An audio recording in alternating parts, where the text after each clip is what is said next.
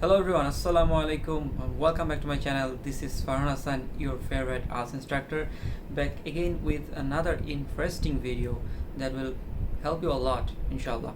Sit tight and let's start with today's video.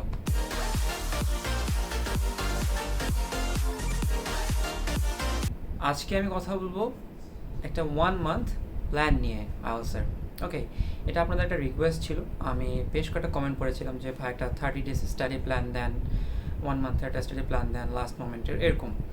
তো আজকে আমি 1 month একটা স্টাডি প্ল্যান দিব। এই স্টাডি প্ল্যানটার ফার্স্ট পার্টটা যেটা হবে সেটা হলো কিছু প্রিরিকুইসাইট নিয়ে কথা বলবো। এখন প্রিরিকুইসাইটস বলতে আমি কী বোঝাচ্ছি এখানে, সেগুলো হলো আপনারা যারা সেটা দেখছেন, আপনার মধ্যে কিন্তু অনেকে আছেন যারা প্রিভিয়াসলি IELTS-এর প্রিপারেশন নিয়ে এসেছেন অলরেডি 6 মাস বা 1 বছর, বা নিয়েছেন অ্যাটলিস্ট প্রিপারেশন একটা।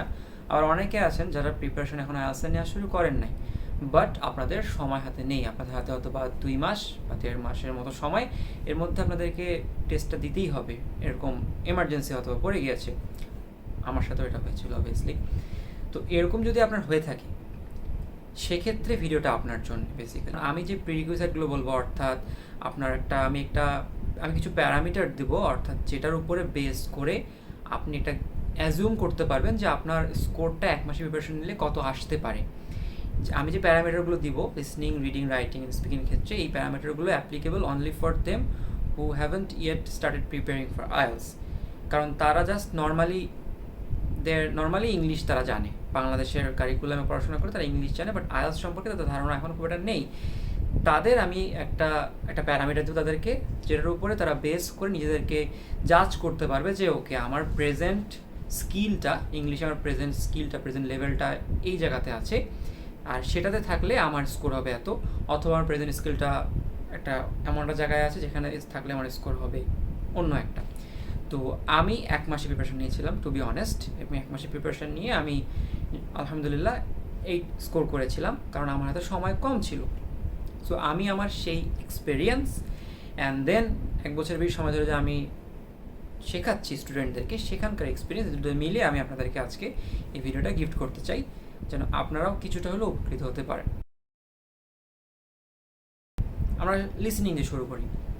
এটার জন্য প্রথমে যেটা করতে হবে, আপনাকে র্যান্ডম একটা বুক চুজ করতে হবে। অবভিয়াসলি ক্যামব্রিজ IELTS সিরিজ থেকে আপনি যে কোনোটা নিতে পারেন, লাইক 7, 8, 9, 10, 11, 12, 13, 14, যে কোনো একটা জাস্ট পিক করবেন। অ্যান্ড সেখান থেকে আপনার যেটা করতে হবে, আপনাকে মিনিমাম 3 থেকে 4টা টেস্ট দিতে হবে। একটা দিলে হবে না, কিন্তু মিনিমাম 3 থেকে 4টা ব্লাইন্ড টেস্ট দিতে হবে। ব্লাইন্ড টেস্ট কথাটা বলছি আমি মানে এটা বোঝানোর জন্য যে আপনি কিন্তু প্রিভিয়াসলি কখনো দেন নাই। বারবার বলছি, আপনি প্রিভিয়াসলি IELTS-এর প্রিপারেশন নেন নাই, আপনি কখনো IELTS-এর মক টেস্ট বা বাসায় কখনো প্র্যাকটিস করেন নাই, আপনি সেরকম একজন মানুষ। আমি তার উদ্দেশ্যে বলছি যে আপনাকে একটা জাস্ট বই খুলে একটা ব্লাইন্ড টেস্ট দিতে হবে। এই ব্লাইন্ড টেস্টটা দেওয়ার পরে আপনাকে আপনার স্কোরটা ক্যালকুলেট করতে হবে, অর্থাৎ 40টা কোশ্চেন থাকে।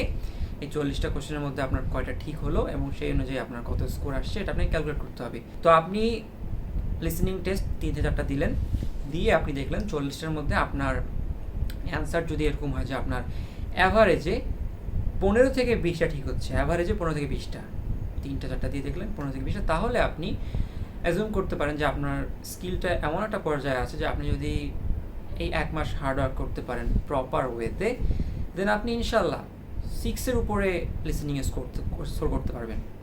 ইনশাল্লাহ পারবেন, যদি আপনি সত্যি 3টা বা 4টা ব্লাইন্ড টেস্ট দিয়ে 15 থেকে 20টা অ্যাভারেজে ঠিক করতে পারেন, তাহলে ইনশাল্লাহ 6-এর উপরে স্কোর করতে পারবেন, আনলেস এনি অ্যাক্সিডেন্ট হ্যাপেন্স, যেটা আমরা চাই না। বাট যদি এরকম হয় যে আপনি 20+ স্কোর করলেন, আপনি ব্লাইন্ড টেস্ট দিলেন without any preparation, without knowing anything, and আপনি লিসনিংয়ে 20-এর উপরে পাচ্ছেন, লাইক 25, 26, 27, নিয়ার 30ও পেয়ে যাচ্ছেন মাঝে মাঝে, দেন আপনি নিশ্চিত 6-এর উপর তো পাচ্ছেন ইনশাল্লাহ। Even it's really possible for you to touch 7 or 7+। So that was for for listening. এটা লিসনিংয়ের জন্য ছিল। আপনি এভাবে গেস করতে পারবেন যে আপনি 1 মাসে আসলে কতটুকু স্কোর পাওয়ার পর্যায়ে বর্তমানে আছেন, তাহলে আপনার 1 মাসের টেস্টটা দেওয়া উচিত নাকি উচিত না, এটা আপনি ডিসিশন নিতে পারবেন। দেন রিডিংয়ে যদি আসি, রিডিংয়েও সেম, জাস্ট আপনাকে একটা ব্লাইন্ড টেস্ট দিতে হবে, একটা না সরি, অবভিয়াসলি 3 থেকে 4টা, বেশি দিলে আরও ভালো। এখন রিডিংয়ের ক্ষেত্রে যদি আপনার অ্যাভারেজ স্কোরটা আসে মনে করেন 10 থেকে 15-র মধ্যে বা 10 থেকে 20-এর মধ্যে, আমি এখানে রেঞ্জটা একটু বড় করে দিলাম কারণ রিডিংটা একটু ডিফিকাল্ট লিসনিংয়ের থেকে। যদি আপনার স্কোরটা 10 থেকে 20-এর মধ্যে আসে অ্যাভারেজে ব্লাইন্ড টেস্ট দিয়ে, দেন ইউ হ্যাভ চান্স যে আপনি 6 টাচ করতে পারেন, 6.5। বাট যদি আপনার 15 থেকে 20 বা 25-এর মধ্যেও স্কোরটা রেঞ্জটা আপনার থাকে ব্লাইন্ড টেস্টে, যে আপনি 15 থেকে 25-এর মধ্যে আপনার রেঞ্জটা আছে ব্লাইন্ড টেস্ট দিয়ে, দেন আপনি ইনশাল্লাহ 6 ক্রস করে 7 টাচ করতে পারবেন।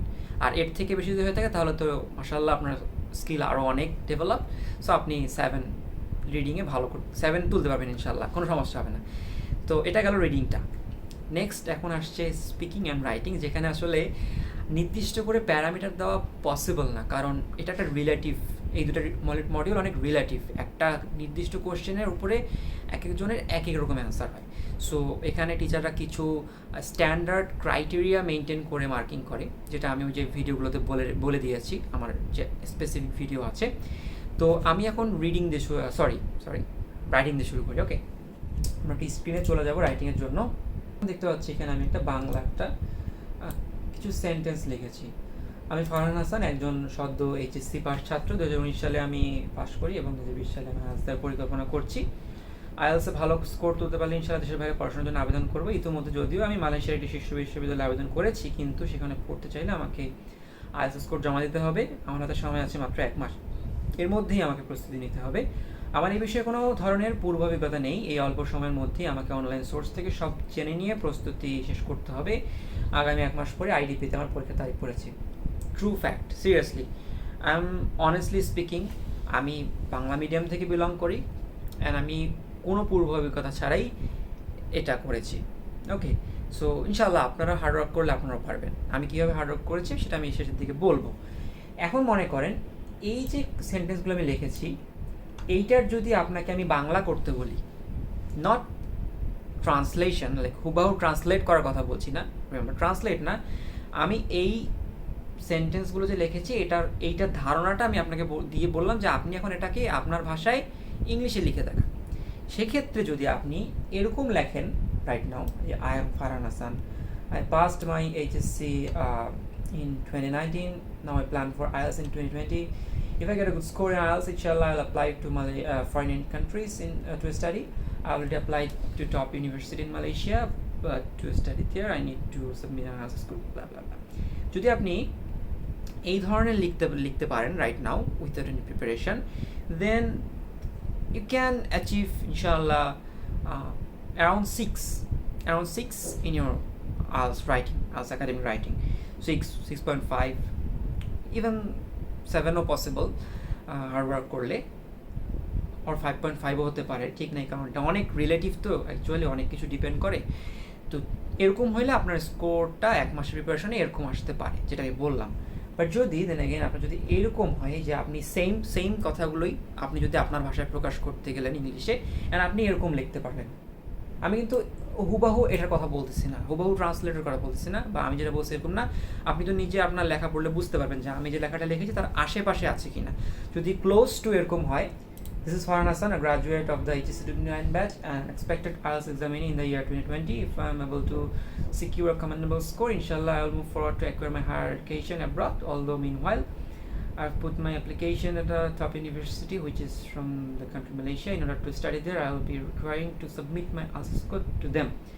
I have only 1 month left in my hand. I need to complete my preparation meanwhile. If I do not possess any prior experience with this, so I am left with the option to gather knowledge about this online and complete my preparation. My test date has been assigned in the next month under the conduction of IDP. So যদি আপনার writing স্কিলটা, present writing স্কিলটা around এরকম হয়, close two এরকম, দেন ইনশাল্লাহ আপনি 7 touch করতে পারবেন, 7 or more than 7।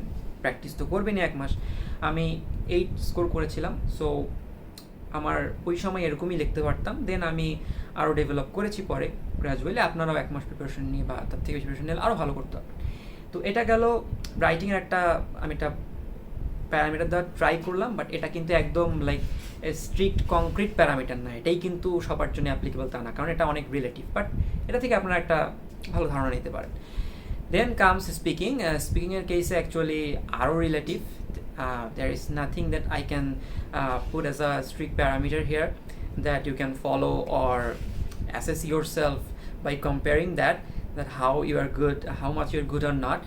But one thing I can say, that the way I'm speaking right now, I'm talking to you right now, if you can talk this way, like this fluent, well, I'm not very fluent, I'm very bad at English speaking. Truly speaking, if you know me, then you should have known that I have a video obviously where I exposed my individual scores, and my lowest score was in speaking. Yeah, true fact. But yet, if you can continue conversation like I'm continuing right now, without much hesitation and much breakdowns, with an average fluency, then you can expect to achieve 6 or 7, between 6 to 7 or 7.5 in your IELTS speaking test after 1 month of preparation. But if you can do better than this, then obviously you will get better score. But if you are lagging behind, if you hesitate, if you are not that much fluent right now, then you should practice more to at least achieve more than 6 in your IELTS speaking. And in order to practice, আমি কিছু tips দিতে পারি। Tips বলতে আপনাদেরকে regular practice করতে হবে, no doubt regular কথা বলতে হবে। Find a friend or mirror বা ক্যামেরার সামনে কথা বলতে পারেন, আপনারা নিজেরাই ফ্রেন্ডরা গ্রুপ করে প্র্যাকটিস করতে পারেন, it's your choice, but regular practice করেন। সো এতক্ষণ যেগুলো কথা বললাম, এটা কি ছিল? এটা ছিল যে আপনি এমন একজন ক্যান্ডিডেট যিনি কিছু জানেন না IELTS সম্পর্কে, বাট আপনার 1-2 মাসের মধ্যে IELTS দিতে হবে, লাইক আমি যেরকম ছিলাম। সো সেই কন্ডিশন থেকে এসে যদি আপনি প্রিপারেশন শুরু করেন, তাহলে আপনি আমার একটু আগে যে কথাগুলো বললাম সেগুলো থেকে আপনি একটা ধারণা নিতে পারবেন যে আপনার বর্তমানে আপনার স্কিলটা কোথায় আছে, সেই অনুযায়ী আপনি কতটুকু এক্সপেক্ট করতে পারেন, এবং আপনার সেই এক্সপেকটেশন অনুযায়ী আপনাকে এক্সপেকটেশন বাড়াতে হলে আপনাকে কী পরিমাণ হার্ডওয়ার্ক করতে হবে। এবার আমি সরাসরি প্ল্যানিংয়ে চলে যাই যে আপনি স্টেপ বাই স্টেপ কী করতে পারেন 1 মাসে। নাম্বার 1, আপনাকে প্রত্যেকটা মডিউল সম্পর্কে ক্লিয়ার ধারণা থাকতে হবে, অর্থাৎ 4টা মডিউলের লিসনিং, রিডিং, রাইটিং, স্পিকিংয়ের question type, question format, rules and regulations, marking criteria, mark to band score converter, everything, যেটা আমার অলরেডি ভিডিও করা আছে। Just watch that and get a clear idea. ইনশাআল্লাহ আপনার কোনো সমস্যা হবে না ভিডিওগুলো দেখার পরে। দেন আপনাকে কী করতে হবে? আপনাকে বই কিনতে হবে, কারণ আপনাকে প্র্যাকটিস করতে হবে। সো বইয়ের কথা অলরেডি বলেছি, ক্যামব্রিজ 1 থেকে 15, অবভিয়াসলি ক্যামব্রিজে প্র্যাকটিস করবেন শুধু। অ্যান্ড প্রিন্টেড বুক কিনতে হবে, আপনার এলাকায় লাইব্রেরি আছে, সেখানে গিয়ে খোঁজ করতে পারেন, ইনশাল্লাহ পেয়ে যাবেন, অথবা অনলাইনে অর্ডার দিতে পারেন। But yeah please buy that, কারণ ওখান থেকেই প্র্যাকটিস করতে হবে। আমি শুধু ক্যামব্রিজে প্র্যাকটিস করে গিয়েছিলাম, অ্যান্ড ক্যামব্রিজ প্র্যাকটিস করে আমি, হ্যাঁ, কমন কখনো পাবেন না, but like question types and difficulty লেভেলটা প্রায় সেমই ছিল। লাইক ক্যামব্রিজ প্র্যাকটিস করে গিয়ে ওখানে পরীক্ষার হলে বসে আমার কাছে মনে হচ্ছিলো যে আমি তো এরকম প্র্যাকটিস করেই এসেছি প্রিভিয়াসলি। সো এটা আপনারা মাথায় রাখতে পারেন, ক্যামব্রিজের প্র্যাকটিসটা অনেক ইম্পর্টেন্ট আপনাদের জন্য। সো ক্যামব্রিজের বই কিনলেন। নাও নেক্সট স্টেপ ইজ প্র্যাকটিস। প্র্যাকটিসের পরের স্টেপ প্র্যাকটিস, তারপরে স্টেপ ট্র্যাক, তারপরে স্টেপ প্র্যাকটিস। আমি এটা খুব ইউজ করতাম, এখনও করি। Practice, practice, track and practice. এখানে কোনো নিনজা টেকনিক নাই, প্র্যাকটিসে করতেই হবে, অনেক বেশি প্র্যাকটিস করতে হবে।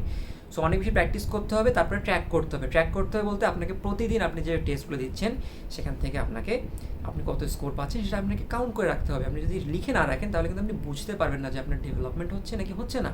সো আপনাকে ট্র্যাক করতে হবে, অ্যান্ড দেন এগেইন আপনাকে আবার প্র্যাকটিস করতে হবে, অনেক প্র্যাকটিস করতে হবে। সো কোয়েশ্চেন ফরম্যাট জেনে বই নিয়ে আপনি রেগুলার প্র্যাকটিস করতে থাকেন। এই প্র্যাকটিস করার ক্ষেত্রে আমি কিছু এক্সপিরিয়েন্স শেয়ার করি। আপনারা যেভাবে ইচ্ছা সেভাবে প্র্যাকটিস করবেন। আমি কোনো রুটিনে বিশ্বাসী না, কারণ এক একজনের স্টাইল, এক একজনের প্রিফারেন্স এক এক রকম। আপনার যখন যেভাবে কমফোর্ট ফিল হয় আপনি সেভাবে প্র্যাকটিস করবেন, বাট রেগুলার করতে হবে। That's my suggestion. আমি কী করতাম, দেখা গেলো আমার রিডিং দিতে ভালো লাগতেছে না হঠাৎ করে, লাইক মুড হচ্ছে না, কারণ রিডিং অনেক ডিফিকাল্ট লাগতো টু বি অনেস্ট, বা লিখতে ইচ্ছা করতেছে না পেন্সিল দিয়ে। আমি এটা ফট করে লিসনিং দিয়ে দিতাম, মাত্র আধা ঘন্টা লাগতো, অ্যান্ড আই এনজয়েড লিসনিং, শুনে লিখতাম, ভালো লাগতো। তারপর হঠাৎ করে মনে হলো আচ্ছা রিডিং দেওয়া উচিত একটা দিনের কোনোটা সময়, আমি একটা রিডিং দিয়ে দিলাম। আবার এমন হচ্ছে যে পুরো 1 ঘন্টা রিডিং দিতে ইচ্ছা করতেছে না। আমি তখন কী করতাম, আমি তখন একটা প্যাসেজ সলভ করতাম, একটা প্যাসেজ 1, 2 বা 3। এটার অনেক একটা সিগনিফিকেন্ট একটা রোল আছে আলাদা করে প্যাসেজ সলভ করার। আমার একটা আলাদা ভিডিও আছে যেখানে আমি রিডিং নিয়ে টিপস দিয়েছি, যেখানে আমি রিডিংয়ের টাইম ম্যানেজমেন্ট নিয়ে কথা বলেছি, যে কীভাবে 1 ঘন্টার মধ্যে আপনারা সবাই রিডিংয়ে মানে পুরো রিডিং শেষ করে ফেলতে পারবেন। ওখানে আমি ডিটেলসে বলেছি, শর্টে বলে দিই। Passage 1 15 minutes, passage 2 20 minutes, and passage 3 25 minutes. এই ওয়েতে যদি আপনারা ভাগ ভাগ করেও প্র্যাকটিস করেন, আপনাদের অনেক বেনিফিট হবে। ডিটেলস আপনারা ওই ভিডিওতে দেখে নিতে পারেন, নো ওয়ারিজ। আর দেন রাইটিংয়ের ক্ষেত্রে যেটা করতাম, আমি টাস্ক 1 আলাদাভাবে 20 মিনিটের জায়গায় 15 মিনিট বা 18 মিনিট করে টাইম দিয়ে প্র্যাকটিস করতাম। টাস্ক 2টা আমি 40 মিনিটসের জায়গায় একটু কম টাইম দিয়ে প্র্যাকটিস করে করতাম আলাদাভাবে, পেন্সিল দিয়ে করতাম। অ্যান্ড সব কিছু আমি অফিসিয়াল অ্যান্সার শিটে করতাম। অবভিয়াসলি বলতে ভুলে গেছি, সব কিছু আপনাদেরকে অফিসিয়াল অ্যান্সার শিটে করতে হবে। নিচে লিঙ্ক দিয়ে দেবো, ডাউনলোড করে প্রিন্ট করে দেন ফটোকপি করে অনেকগুলো রাখবেন, অফিসিয়াল অ্যান্সার শিটে করবেন। একটা মাস পুরো অফিসিয়াল অ্যান্সার শিটে সব কিছু প্র্যাকটিস করবেন, তাহলে আপনার পরীক্ষার হলে গিয়ে নার্ভাসনেস আর কোনো কাজ করবেন, আপনার মনে হবে যে আপনার পরিবেশটাকে মনে হবে যে আপনার নিজের পরিবেশ। ওকে। আর রাইটিং লেখার ক্ষেত্রে আপনি grammarly.com ইউজ করতে পারেন, এখানে আপনারা সব কিছু তারা চেক করে দেয়। আর লিসেনিং, রিডিং, রাইটিং, স্পিকিং নিয়ে আমার আবার আলাদা ভিডিও আছে, যেখানে আমি টিপস অ্যান্ড ট্রিক্সও দিয়েছি। আমি ট্রাই করবো ভিডিওগুলো আমার আছে, প্লেলিস্ট করা আছে, আপনারা দেখতে পারেন। আর যদি আপনারা এখন ভিডিওটা ফেসবুকে দেখে থাকেন, যারা এখন দেখছেন, দেন আমি ফেসবুকে ভিডিওগুলো আপলোড দেবো ইনশাআল্লাহ সামনে। আর যদি আপনি ইউটিউবে ভিডিওটা দেখছেন এখন, দেন আমার প্লেলিস্টে গিয়ে আপনি চেক করতে পারেন। আমার অলরেডি সব কিছু মেক করা আছে আপনাদের জন্য, সামনে আরও আসতেছে। You just need to utilize them. আপনাকে অনেক হার্ড ওয়ার্ক করতে হবে। আমি ওই সময়ে প্রায় 6টা থেকে 7টা বই কমপ্লিট করে ফেলেছিলাম 1 মাসের ভিতরে, পুরো একদম 6টা থেকে 7টা আইএলটিএসের ক্যামব্রিজের বই। সো আপনাদেরকে এইরকম প্র্যাকটিস করতে হবে, এর থেকে বেশি করতে হবে। অ্যান্ড ইনশাআল্লাহ আপনারা পারবেন। কেন পারবেন না? কারণ অনেকে পারছে, যারা আমার চ্যানেল দেখেছে, অনেকে কমেন্ট করেছে তারা পেরেছে, যাদেরকে আমি শিখিয়েছি তারাও পেরেছে। সো আপনি কেন পারবেন না? সবাই পারবেন, জাস্ট আপনাদেরকে একটু ডিটারমাইন্ড থেকে প্র্যাকটিস করতে হবে। যদি কোনো প্রবলেম হয়, just feel free to comment down below, অথবা আমাকে নক দেন আমার সোশ্যাল মিডিয়াতে। আমি যথাসম্ভব চেষ্টা করে থাকি সবসময় হেল্প করার, এখনও করব। কোনো কনফিউশন থাকলে প্লিজ ডু নক মি, আমি হেল্প করব। Till then, practice a lot and share this video, so আপনার যারা ফ্রেন্ডসরা প্র্যাকটিস করতেছে তারাও যেন হেল্প নিতে পারে ভিডিওটা থেকে।